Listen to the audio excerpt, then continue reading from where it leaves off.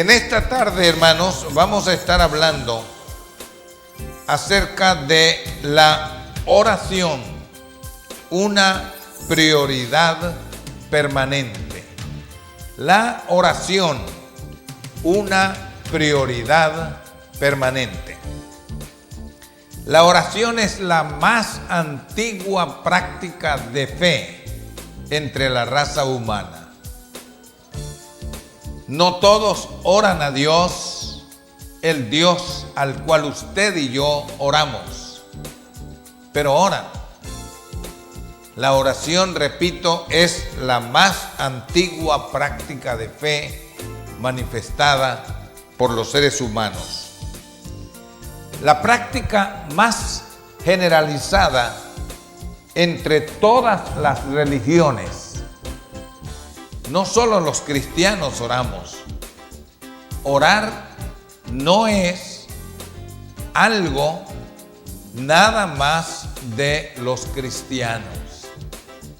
Oran los budistas, los mahometanos, oran los de religiones conocidas y de grupos desconocidos.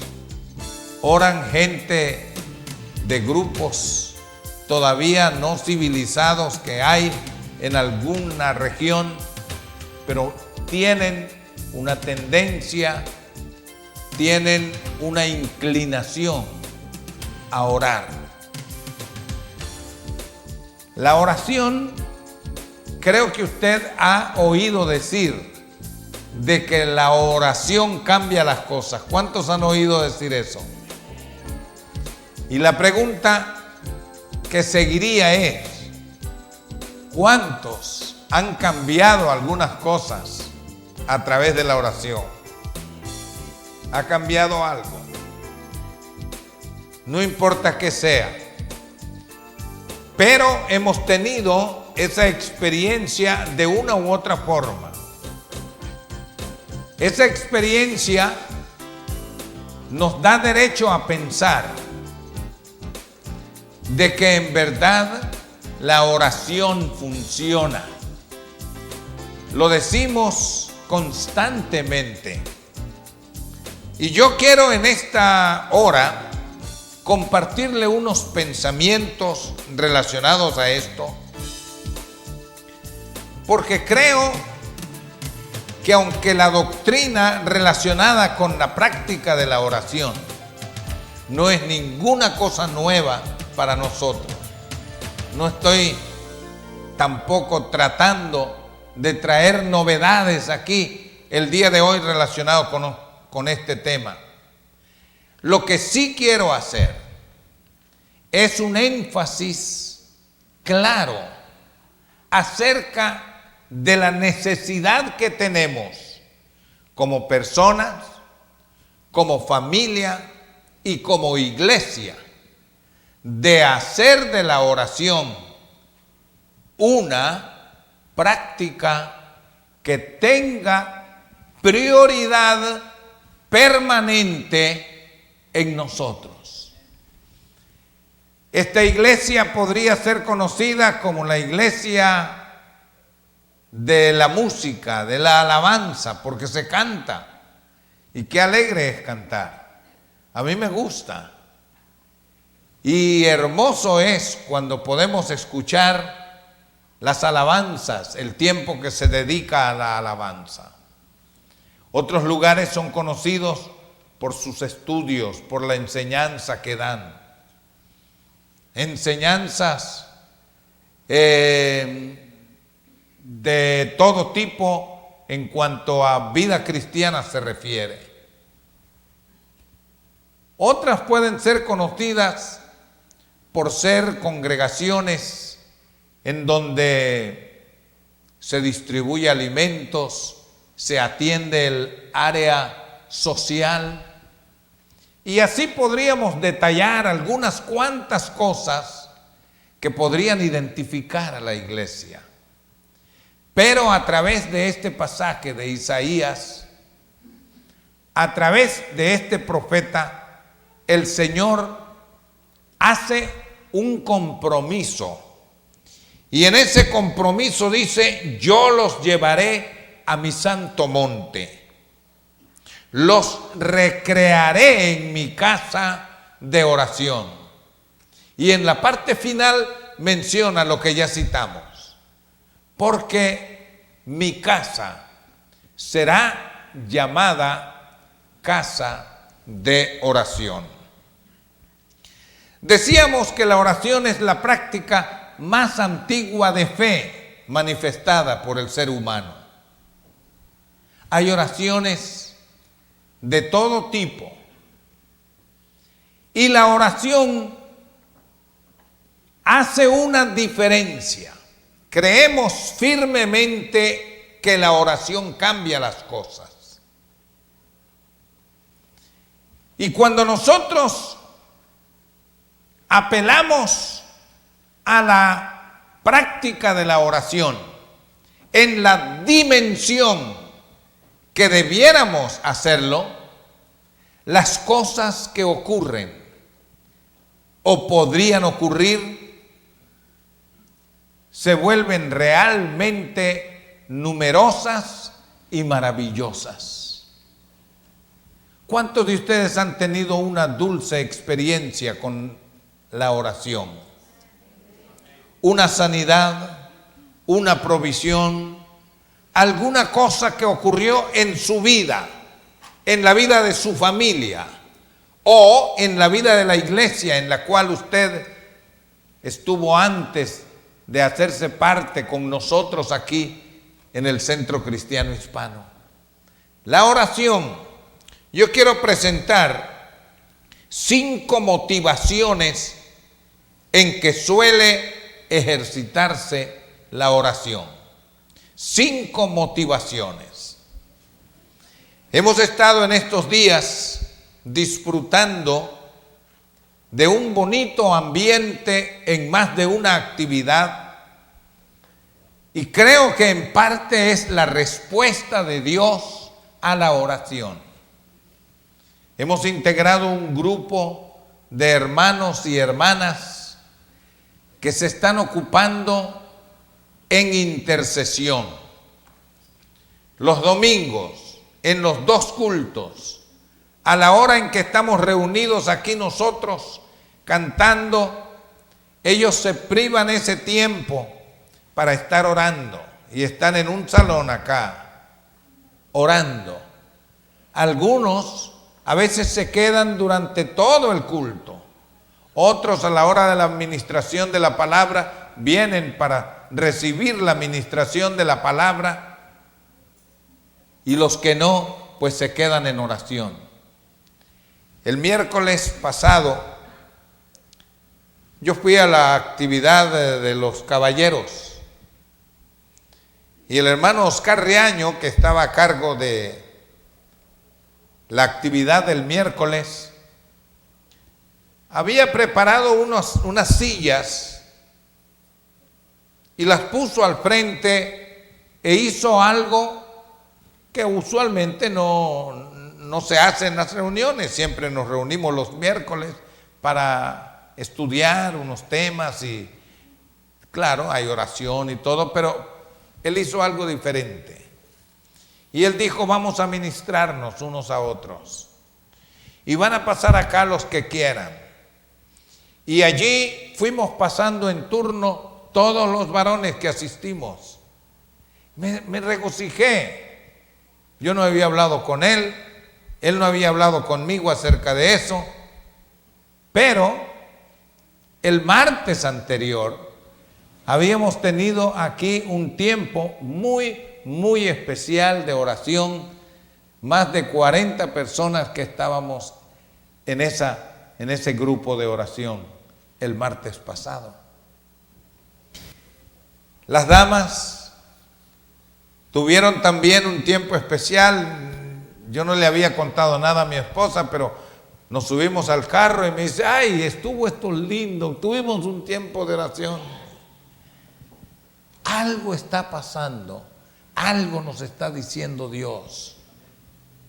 Algo quiere, algo más de lo que estamos haciendo en ese rumbo, en esa dirección. Y lo más reciente a hoy fue el viernes. Muchos de ustedes no pudieron estar en la vigilia, pero esta semana que concluyó ayer fue una semana de ayuno y de oración. Y el viernes tuvimos aquí para tener el tiempo de oración y qué hermoso fue. Yo me vine temprano, mi esposa iba a hacer algo, entonces me vine a las 7:30 para esperar las 9, que iba a ser la hora de la vigilia, pero vine acá, me arrodillé allí. A las 9 me di cuenta que la gente estaba llegando. Y a los que iban llegando iban orando, iban poniéndose a orar. Yo no me levanté hasta las 12 que terminó. Fue un tiempo hermosísimo. El hermano Gustavo estaba inspirado con unción fresca y hermosa y ministró. Y yo no me atreví a levantarme de allí, ahí me quedé. Yo tenía esto para compartir para ustedes y estaba viendo cómo el Señor venía acomodando las cosas y todo eso me confirmaba, el Señor nos está haciendo algún llamado en cuanto a eso.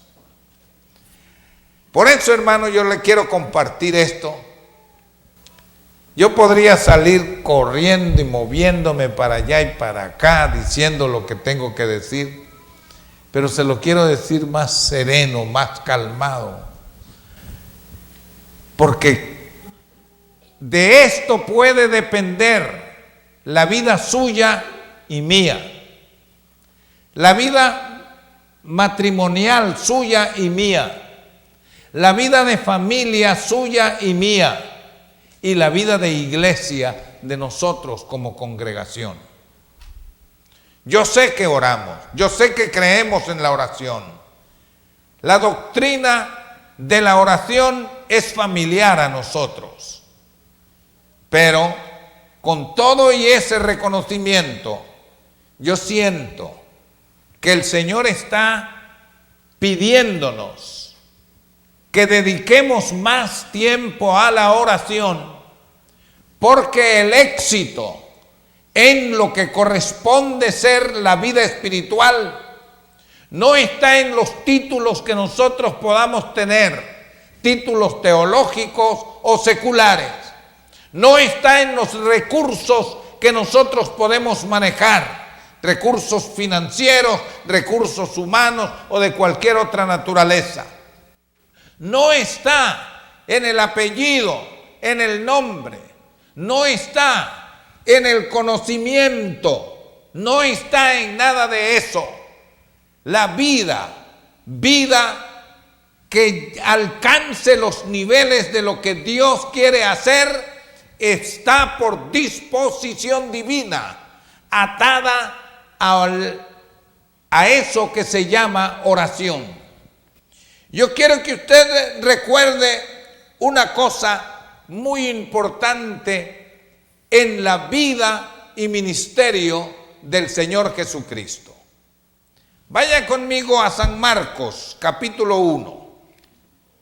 Cuando Jesús iba a comenzar el ministerio, vea lo que dice acá que hizo el Señor. Capítulo 1.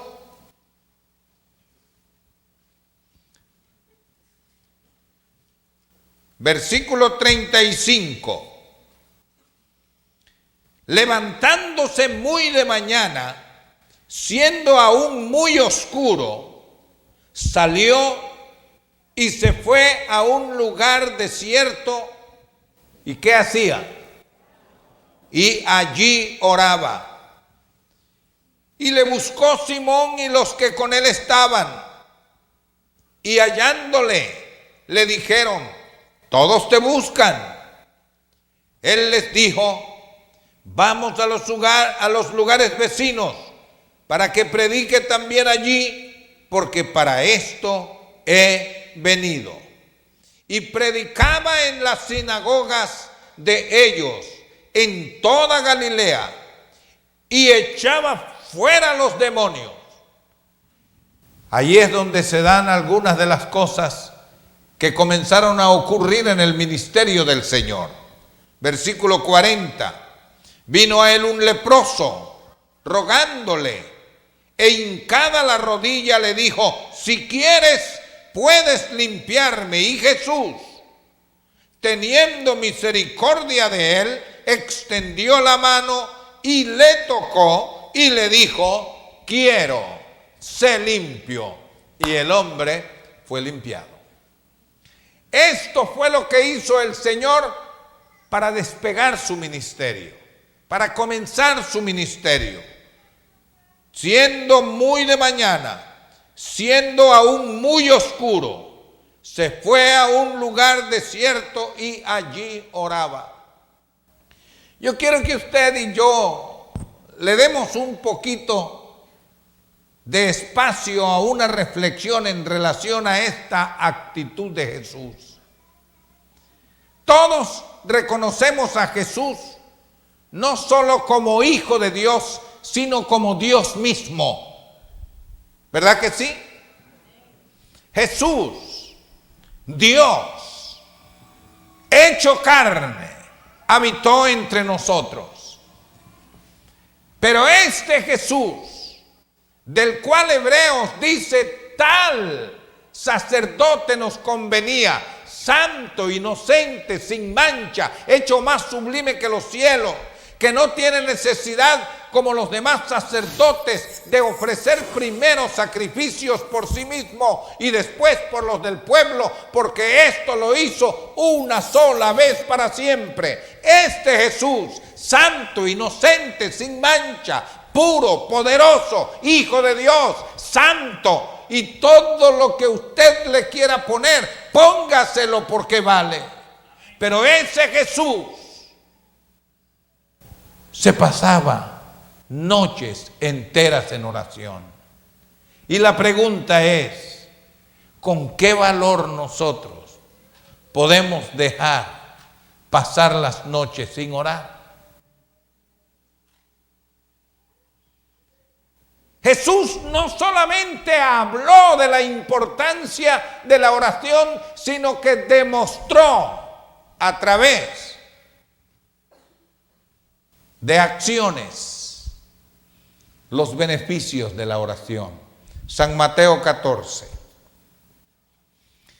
Vamos a ver ya un tiempecito adelante en el ministerio. El Señor había comenzado su ministerio, estaba desarrollando su ministerio. Y entonces encontramos lo que dice en Mateo 14, del 22 en adelante. Enseguida Jesús hizo a sus discípulos entrar en la barca e ir delante de él a la otra ribera, entre tanto que él despedía a la multitud. Despedida la multitud, subió al monte. ¿A qué? ¿A qué? ¿Subió a qué? A orar. Subió a orar aparte. Y cuando llegó la noche, estaba allí solo.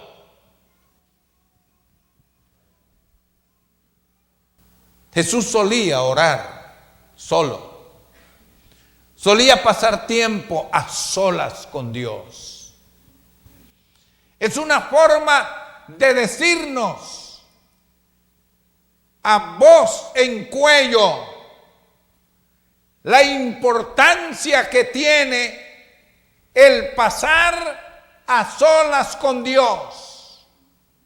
¿Qué es lo que nosotros tenemos por delante? ¿Cuál es la perspectiva de la vida de oración? Una de las cosas es que como respuesta a la oración ocurren sanidades y milagros. Como respuesta a la oración hay revelaciones dadas por Dios. Como respuesta a la oración, hay salvación de almas en forma espontánea. Como respuesta a la oración, hay liberación. Son rotas las cadenas, son rotas ataduras. En respuesta a la oración, hay abundancia y riqueza espiritual en nuestras vidas. Vemos entonces en Marcos 1:35 a Jesús para comenzar el ministerio. Pasó allá a solas en oración. Lo vemos a la mitad de su ministerio más o menos en Mateo 14:23. Se pasa allí la noche en oración. Podríamos verlo y decir, pero tú como que no tienes necesidad de pasar noches enteras orando, Jesús. Tú eres hijo de Dios, tú eres poderoso, tú eres... Él no admite eso. Lo necesitó para sí y lo hizo también para dejarnos a nosotros un ejemplo contundente, un mensaje que no debemos nosotros pasar desapercibido. Y vamos al otro extremo. Veámoslo ya a Jesús en las postrimerías de su ministerio. Cuando está a punto ya casi de terminar los 3 años y medio de ministerio. Y allí, en San Lucas 22, vaya conmigo un momento y vea, lo vimos al comienzo del ministerio en Marcos, en Mateo, a mitad del ministerio, y ahora aquí, en Lucas 22, en el versículo 39 dice, y saliendo se fue como solía.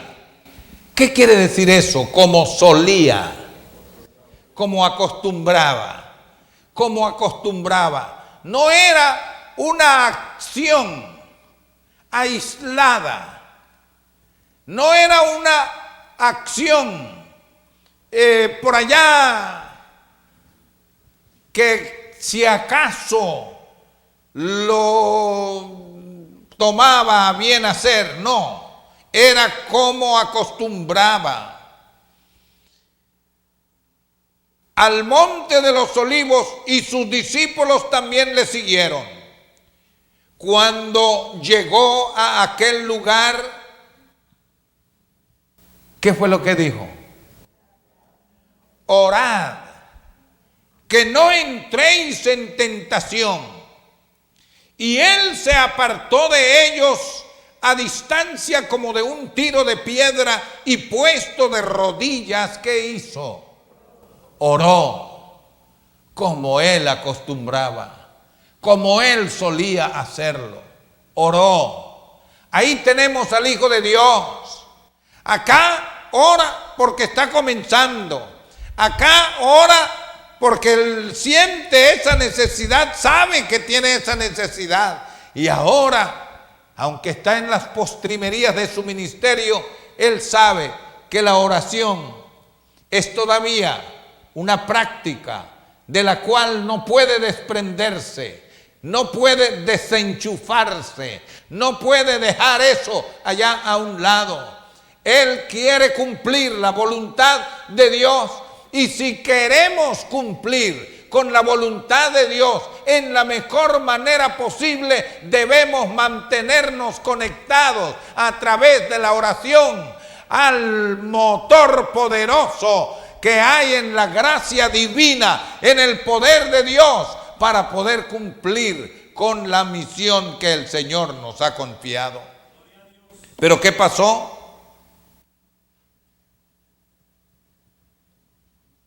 Él fue y oró. Versículo 43 dice, se le apareció un ángel del cielo para fortalecerle. Y estando en agonía, oraba más intensamente. Y era su sudor como grandes gotas de sangre que caían hasta la tierra. Cuando se levantó de la oración y vino a sus discípulos, los halló durmiendo. A causa de la tristeza, dice. No era simple indiferencia que ellos tenían a la oración como práctica de fe. Era la tristeza, habían dejado que su vida fuera embargada de tristeza por las cosas que habían oído y que no las entendían con toda la claridad que necesitaban. Y el Señor les dijo: ¿por qué dormís? Levantaos y orad para que no entréis en tentación. Otro de los evangelios nos deja saber que esto ocurrió 3 veces en la misma noche.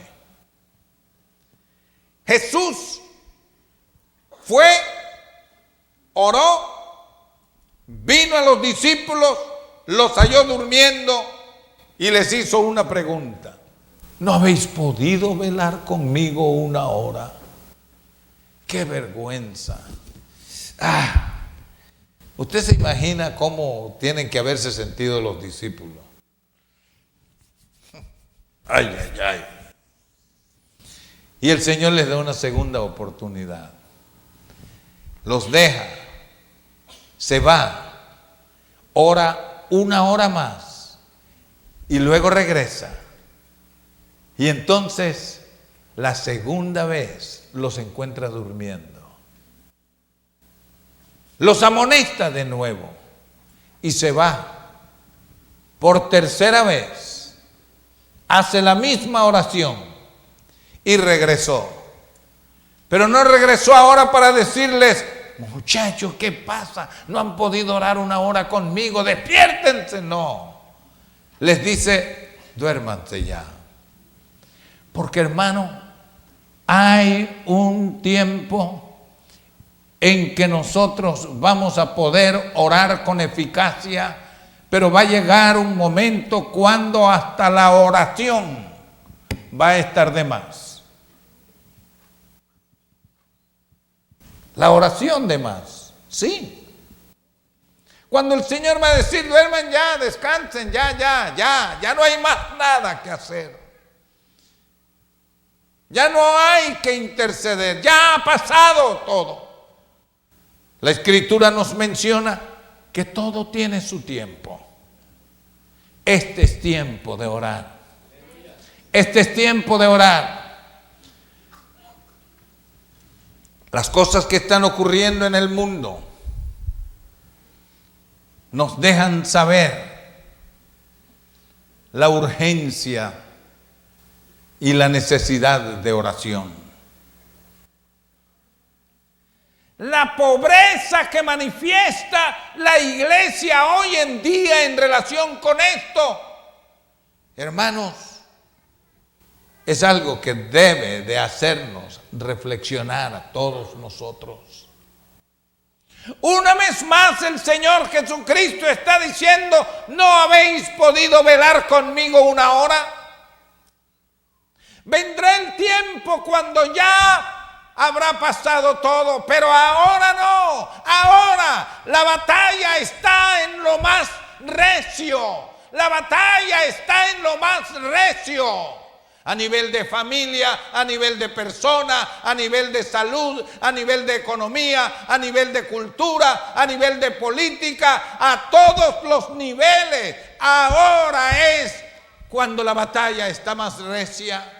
Ahora es cuando la iglesia del Señor necesita estar despierta. Ahora es que la iglesia debe ser conocida como casa de oración.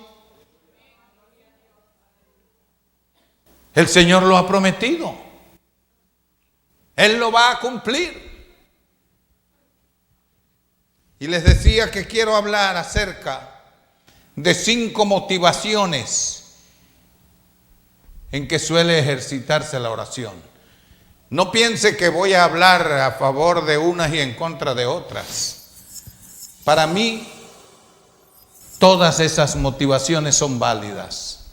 La primera es la motivación de las circunstancias. Las circunstancias. ¿Sabe que hay gente, hermano, que si no tuvieran circunstancias adversas en la vida no orarían? Hay gente que va a la iglesia y son otras gentes, no son ustedes. Bueno, porque si no, no estarían acá hoy. Pero hay gente que si no fuera por las circunstancias adversas que tienen que enfrentar, no van a la iglesia. Se quedan haciendo cualquiera otra cosa.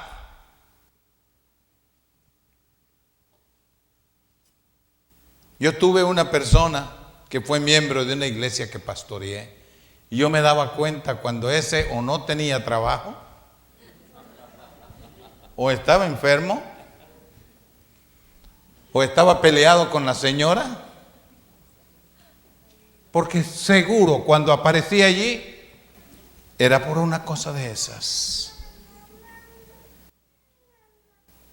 Y claro, ustedes saben eso. Me conocen y hablo totalmente con confianza. Yo no vengo a tirar piedras aquí. Yo respeto la debilidad que a veces manifestamos frente al desafío de una vida de oración.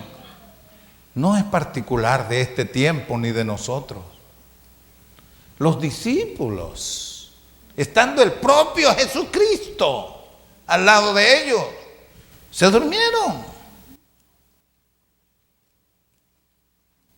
Hay una batalla que nosotros tenemos que enfrentar relacionado con eso. Al diablo no le importa cuánto usted cante, pero sí le importa cuánto usted ora. Y déjeme decirle, no estoy en contra del canto, tampoco estoy en contra del estudio bíblico, pero usted puede ser una tremenda lumbrera teológica, conocer mucho de teología. Pero yo conozco teólogos ateos. Yo conozco teólogos mundanos, impíos, perdidos.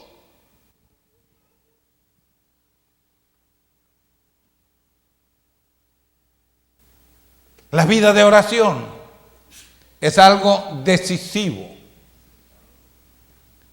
Las circunstancias no es que las descartemos.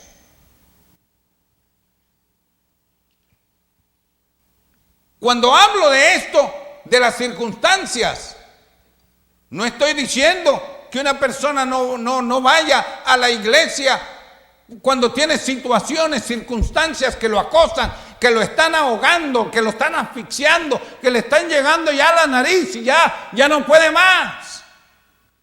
Gracias a Dios que cuando menos en esas circunstancias busca la presencia de Dios. La Biblia dice, el corazón contrito y humillado, ¿qué? No lo despreciarás tú, oh Dios. Entonces no estoy hablando de las circunstancias para descartarlas. Solo digo que es una de las motivaciones. Pero lástima que algunos se quedan solamente en las circunstancias. Tan pronto se les resolvió la situación, usted ya no los ve más en la iglesia hasta que vuelva otra vez otra circunstancia difícil a apretarle el pie. Y entonces, van a aparecer de nuevo. Y la gracia del Señor es tan grande que aún así el Señor estira la mano Y dice el Señor: venid a mí, los que estáis trabajados y cargados, yo os haré descansar. El Señor Él no nos está desechando, aunque sea así, pero las circunstancias. Segundo, necesidad. Cuando digo necesidad, no necesariamente estoy haciendo referencia a escasez de algo o a un problema. Cuando digo la necesidad, es que las cosas espirituales se manejan dentro de la atmósfera espiritual. No se puede, bajo ninguna circunstancia, vivir la vida espiritual triunfante independiente de una vida de oración. No nos conformemos a la mediocridad. No tenemos que estar esperando que haya un culto de impacto que venga a sacudirnos de pies a cabeza. Reconozcamos que sin Él nada podemos hacer y que tenemos que buscar el rostro de Dios. Es una necesidad. Las cosas espirituales se resuelven con elementos espirituales. Gloria sea el nombre de Dios. Encontramos en la Biblia cantidad de situaciones que podríamos citar. En cuanto a esto de las circunstancias, yo quiero que vean conmigo rápidamente unos cuantos pasajes. Vamos al libro de los Salmos, por favor. En el libro de los Salmos,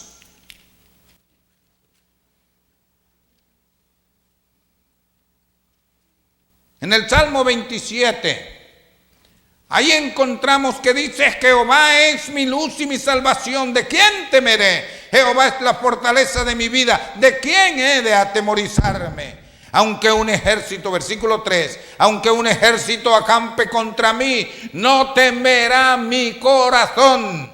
Aunque contra mí se levante guerra, yo estaré confiado. ¿Quién es el que puede hablar así? El que busca a Dios, el que busca el rostro de Dios, el que se refugia en el Señor. Ese es el que puede hacerlo. Por eso dice en el versículo 4: una cosa he demandado a Dios, esta buscaré, que esté yo en la casa de Dios todos los días de mi vida, para contemplar la hermosura de Jehová y para inquirir en su templo. Aleluya. Oh, qué bueno cuando el hombre puede entrar por las puertas de la casa de Dios, que es conocida como casa de oración, casa de refugio, y que puede venir a la presencia del Señor, tal como se nos invita en Hebreos. Confiadamente, acerquémonos confiadamente al trono de la gracia para alcanzar misericordia y hallar gracia para el oportuno socorro. En el Salmo 34, vea lo que ocurre. Allí dice, en el Salmo 34:1, bendeciré a Jehová en todo tiempo, su alabanza estará de continuo en mi boca. Pero en el 4 dice, busqué ¿a quién? A Jehová. ¿Y qué pasó? Él me oyó. No hay cosa más hermosa que buscar a alguien que le puede responder, a alguien que le puede oír. Aleluya. Y Dios es eso. Dios es eso. No vacile. Si tiene una vez, venga una vez. Y si necesita otra vez, venga otra vez. Y si lo necesita otra vez, venga otra vez. Y si otra vez lo necesita, venga otra vez. Venga y busque al Señor, el cual tiene las manos extendidas para ayudarnos. Para ayudarnos. Usted ha oído sin duda esto. Pero dicen que había un hombre, tenía problema con el vicio del de la bebida, bebidas alcohólicas. Y andaba en las calles todo el tiempo borracho. Y la gente trataba de ayudarlo y le regalaban comida, le daban ropa. Pero él seguía siendo el mismo borracho. Un día alguien se acercó y le habló de Cristo y le dijo: tú no has ido nunca a un culto, tú no has ido a la iglesia. Él dijo: no. Le dice: pues ve. Y le habló de Jesucristo y le dijo: tú lo que necesitas es encontrarte con Jesucristo, el Hijo de Dios. Él quiere cambiarte. Pero el borracho no sabía nada de asuntos de fe. De todas maneras, ese día, después que aquel hombre le habló, dicen que en cierto momento él fue y entró a un templo que tenía las puertas abiertas de día, todo el día, y fue y entró. Llegó hasta la orilla del altar. Y como él no sabía orar, él no sabía cómo hacer. Sencillamente comenzó a gritar: Jesús, yo soy Jaime. Jesús, yo soy Jaime. Se fue. Pero volvió el otro día. Y en el altar comenzó a gritar: Jesús, yo soy Jaime. Y seguía bebiendo. Pero seguía clamando. Uno de esos días terminó de gritar allí: Jesús, yo soy Jaime.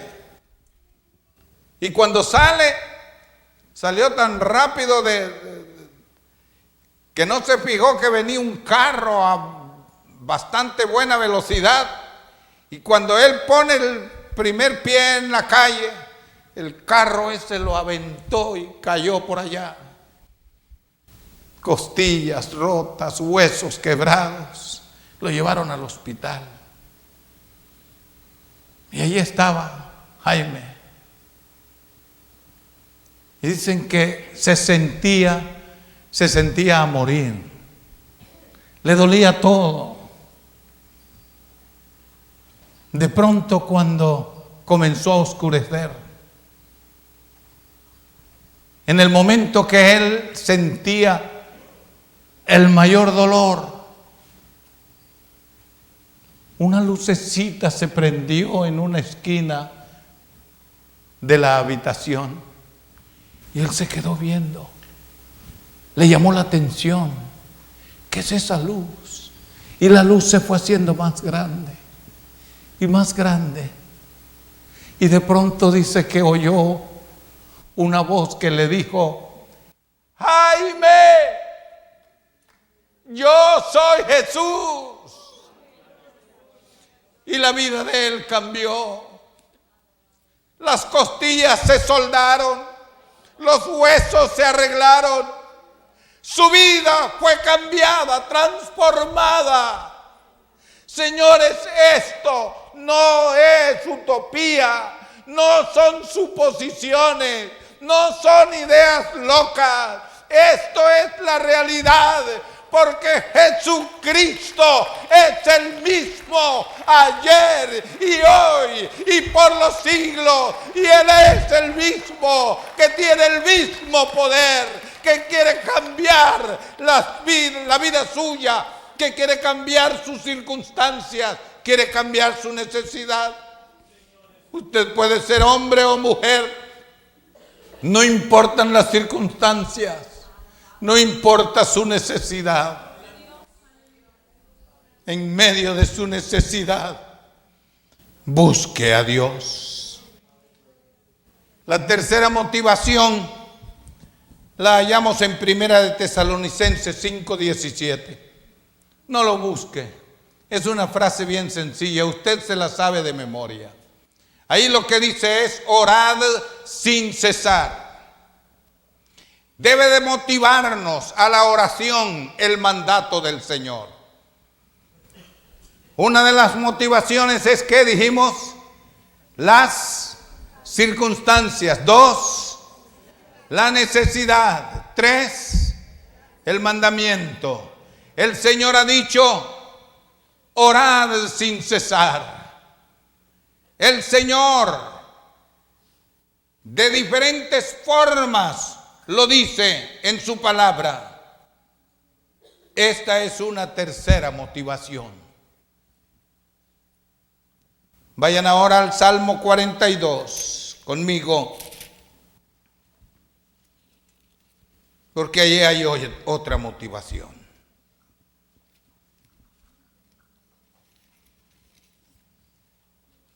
Salmo 42. En el versículo 1 dice: como el siervo, ¿qué cosa? Brama. ¿Por qué brama el siervo? Por las corrientes de las aguas. Tiene sed, sed devoradora, sed que lo consume, sed que lo desespera. Tiene sed el siervo y brama. Y esa figura la toma el escritor bíblico para decir: como el siervo brama por las corrientes de las aguas, así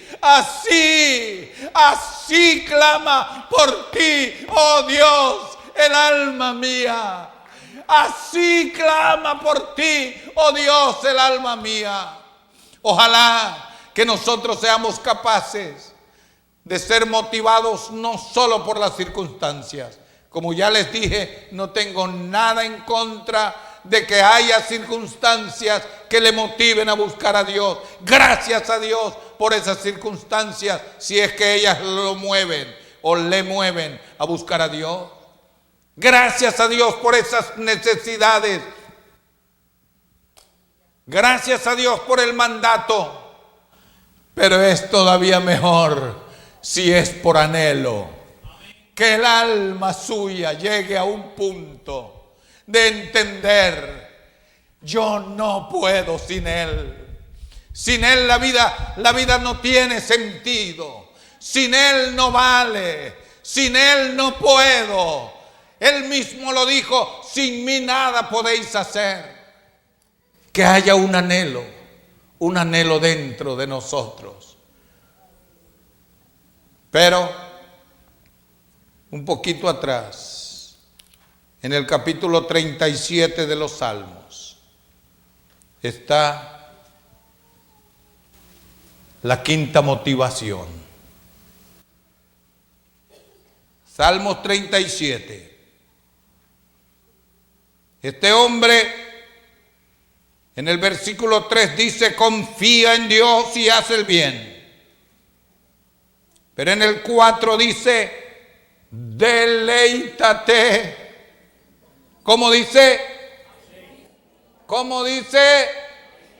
Deleítate a sí mismo en Jehová y Él te concederá las peticiones de tu corazón. Deleítate.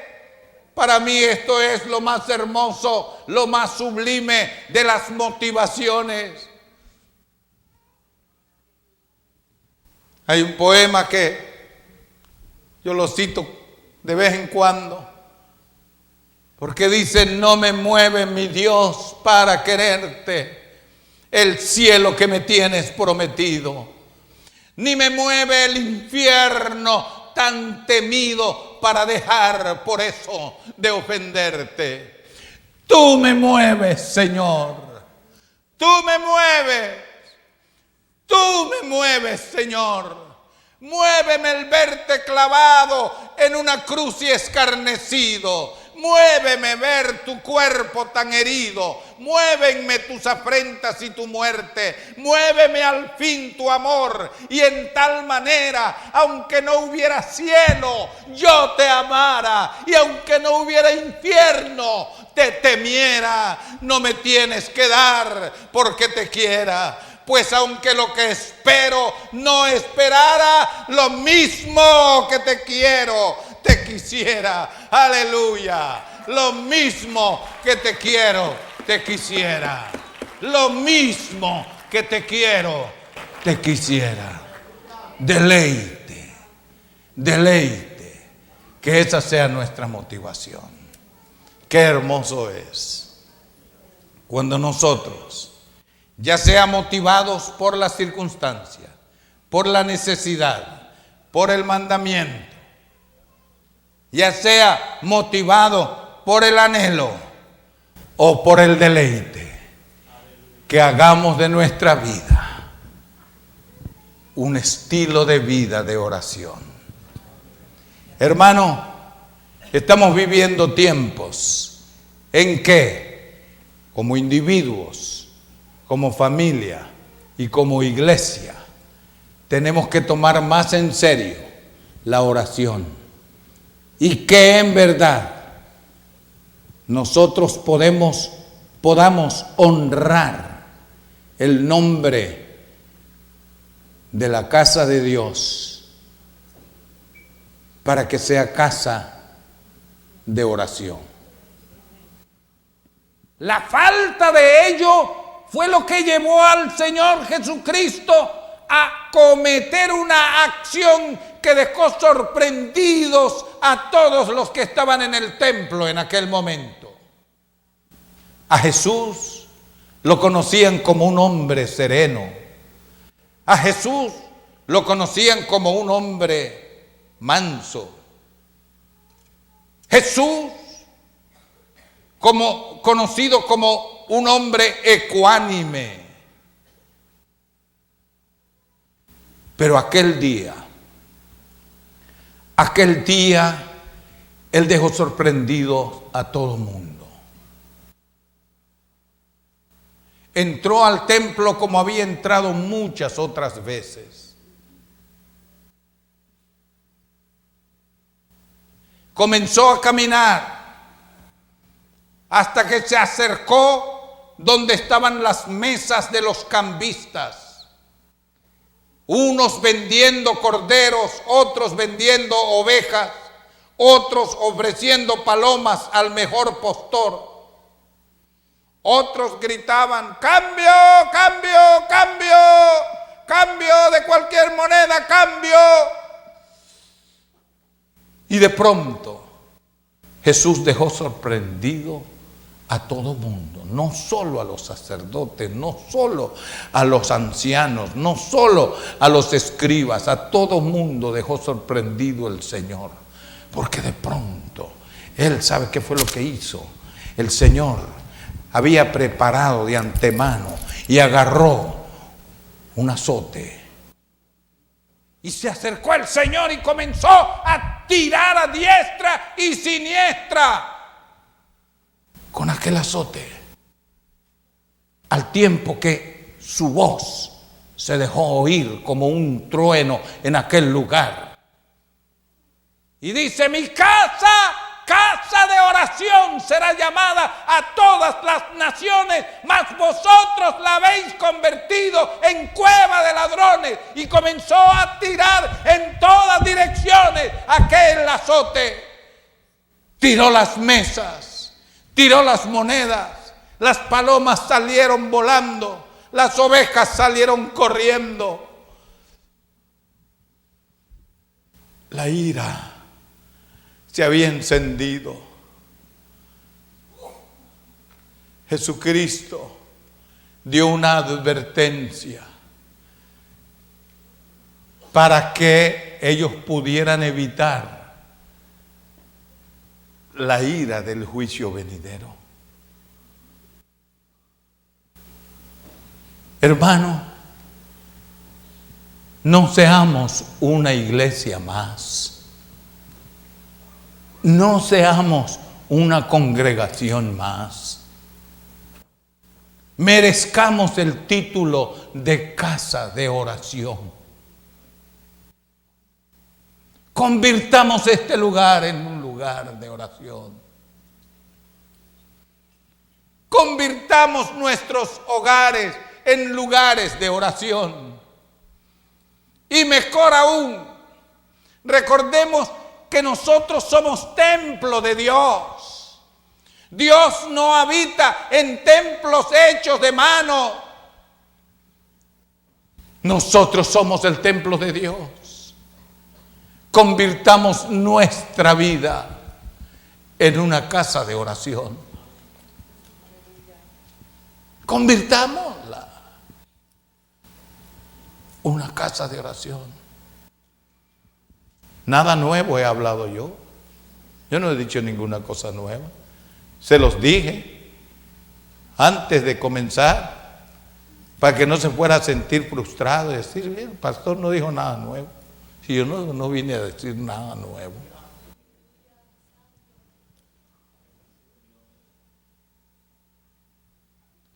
Lo que sí vine es a decirle,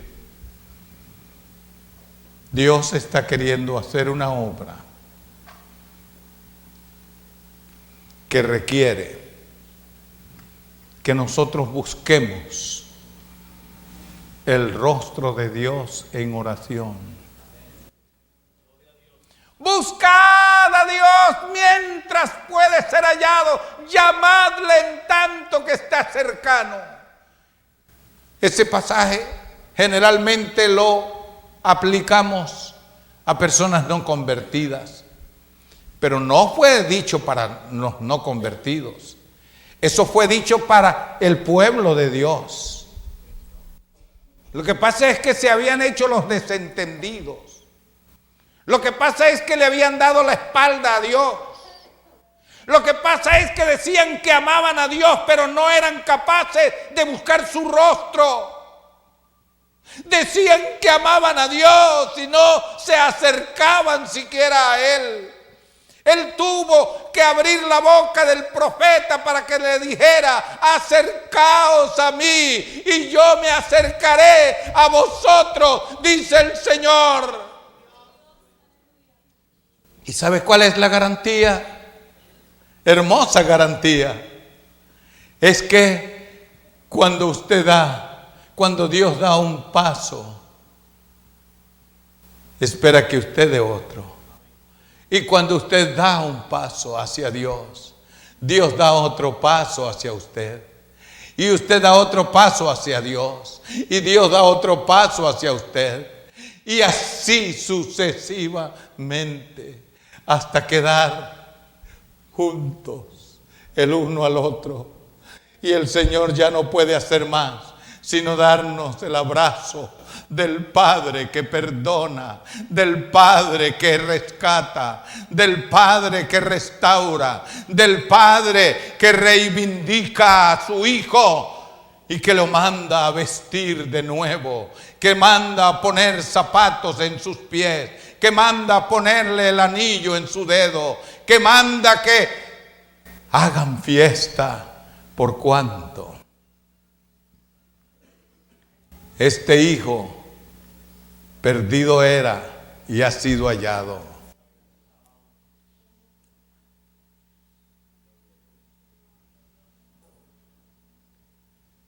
Yo voy a terminar. Había pensado que iba a hablar menos, pero no pude.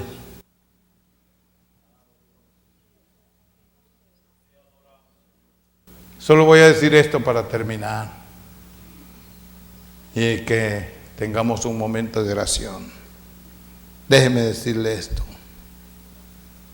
Dios está haciendo un llamado a su pueblo y nosotros somos parte de ese pueblo.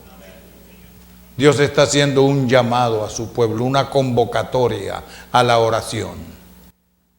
El Señor dice en su palabra, si mi pueblo se humillare, ¿y qué? Y orare, ¿y qué? y buscare mi rostro, ¿y qué más? Y se convirtiere de sus malos caminos, entonces yo que oiré desde los cielos, ¿y qué más? Perdonaré su pecado y sanaré su tierra. El hogar, la familia, su vida de trabajo, el futuro económico suyo, todo eso depende, hermano mío, del estilo de vida que nosotros tengamos en relación con la oración. Tristemente, hay muchos que no tienen tiempo para Dios porque tienen mucho trabajo. Nos hemos hecho parte de una sociedad asfixiante en ese sentido.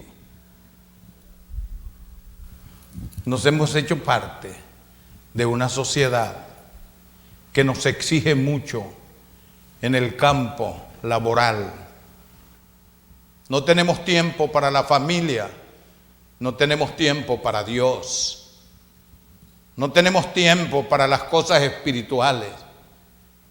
Tenemos tiempo para recreación, tenemos tiempo para muchas otras cosas, pero no tenemos el tiempo necesario para lo espiritual. Hermano, antes que sea tarde,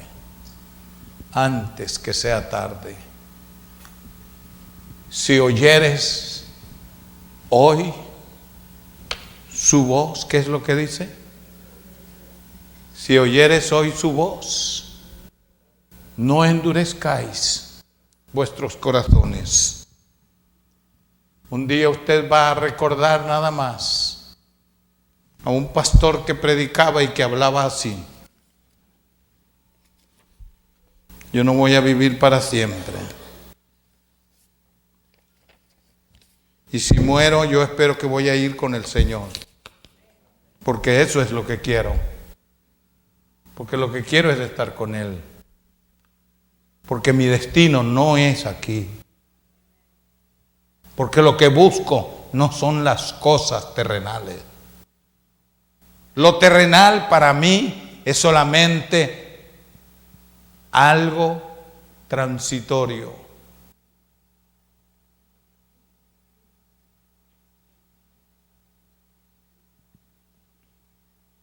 Lo espiritual es lo que vale.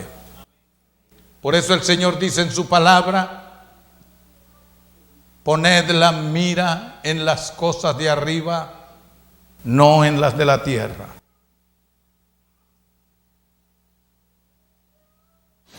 El cielo y la tierra pasarán, pero la palabra del Señor permanecerá para siempre, y ella, si no nos salva hoy, nos va a juzgar mañana.